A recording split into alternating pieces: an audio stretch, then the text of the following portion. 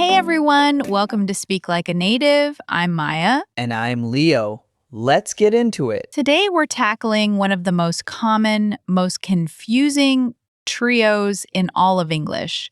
Words you use every single day, but maybe you're using them a little bit interchangeably. And that's what makes you sound like you're translating, not speaking. Ooh, I think I know where this is going. Is it the see, look, watch problem? Bingo. The classic. And here's the hook. The thing that changes everything. The difference between see, look, and watch has almost nothing to do with your eyes. Wait, what? They're all about seeing things. How can it not be about the eyes? It's about your brain, your intention, what you're paying attention to. Think of it this way. Your eyes are just the camera. But see, look, and watch are different buttons on the remote control. See is like the camera just being on, recording whatever passes by. Look is you pressing pause on one specific frame to examine it.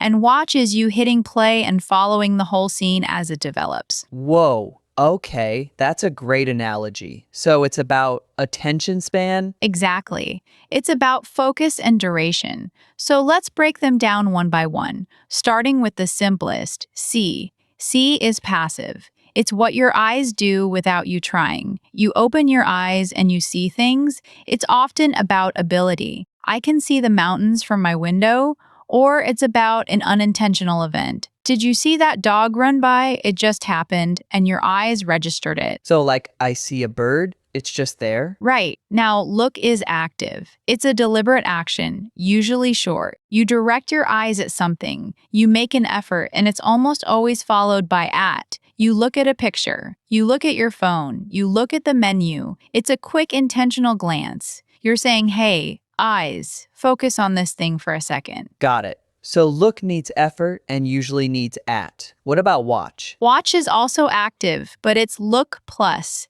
It's looking at something that is moving, changing, or could change, and you're following it for a period of time. You watch a movie because the scenes change. You watch a game because the players are moving. You watch a pot of water because you're waiting for it to boil. There's an expectation of action or development. Okay, so I see a TV screen on the wall. I look at the menu on the screen, and I watch the show that starts playing. Perfect. You're a natural at this, Leo. That's exactly the sequence. Now let's put this into a real-life scenario. Imagine you're at an art gallery with a friend. I love art galleries. Great. You walk into a big room. You say, wow, you can see so many paintings from here. That's the passive general ability. Then you walk up to one specific painting. Your friend says, look at the colors in this one. That's the deliberate focused action. But then in the corner, there's a video installation, a short film playing on a loop. You both stand there for 5 minutes. We are watching the video installation. Yes, because it's moving, it has a duration. Now here comes the classic mistake. What do you do with a movie at home? I look a movie? No, that sounds wrong. I see a movie? You're hesitating because you know look is wrong. And see is possible, but it means something specific. If you say, I saw a movie last night, it means the event is finished. You're reporting that you did it.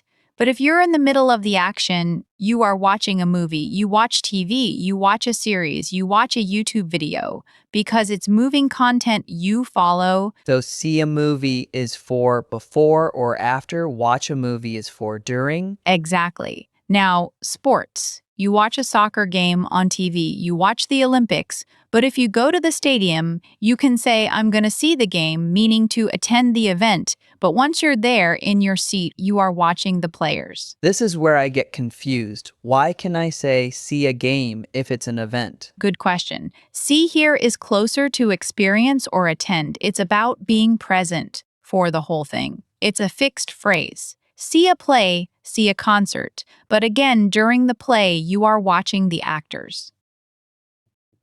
Okay, let's test you. You're at the airport, waiting for your friend. Their plane lands. You're standing at the arrivals gate. What are you doing? I am looking at all the people coming out, trying to find my friend. Good! Looking at because you're scanning. Your eyes are moving deliberately over the crowd. Now, your friend walks out and doesn't see you. They stop and check their phone. You see them, but they don't see you. You decide to be funny and just stand there quietly. What are you doing now? I am watching them, seeing what they do. You are watching them because you're observing their actions, their behavior as it unfolds. You're following a little scene. Perfect. Now, here's the part that surprises most people, the prepositions.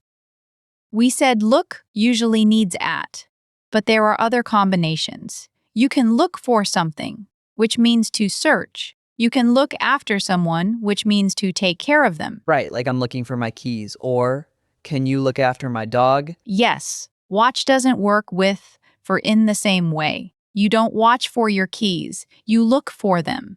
But you can watch out for danger, which means to be careful about it. Watch out for that car. And see, does it have combinations? It does. See you later is the most common. I'll see to it means I'll take care of it. And a big one, see can mean understand. Oh, I see what you mean. That's a lot. Now, you mentioned common mistakes from different backgrounds. What do you hear? Great question. For many Spanish speakers, the direct translation from ver often leads to overusing see for everything. I see TV instead of I watch TV. For Chinese and Japanese speakers, where one character often covers all meanings, it's very easy to mix them up. And I've heard Arabic speakers sometimes use look without the necessary at, like look this picture instead of look at this picture. I've definitely said look this before. So the at is really important. It's a tiny word that makes a huge difference in sounding natural. Now let's do a quick fire practice round. I'll give you a scenario, you give me the verb. Ready? Ready. You're walking in the park. A beautiful butterfly's right in front of your face. I see a butterfly. Good. Passive, it just happened. You pointed out to me. What do you say? Hey, look at that butterfly. Perfect. Active, directed attention.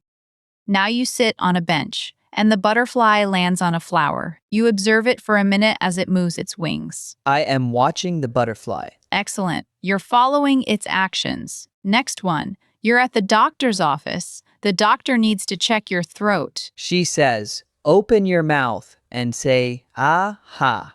She is looking at my throat. Yes, a deliberate, focused examination. What about a security guard in front of a bank of security monitors? They are watching the monitors because they're following the movement, looking for anything suspicious. Perfect. You got it. Now, here's a listener challenge. I want everyone listening to think of 3 sentences about their day.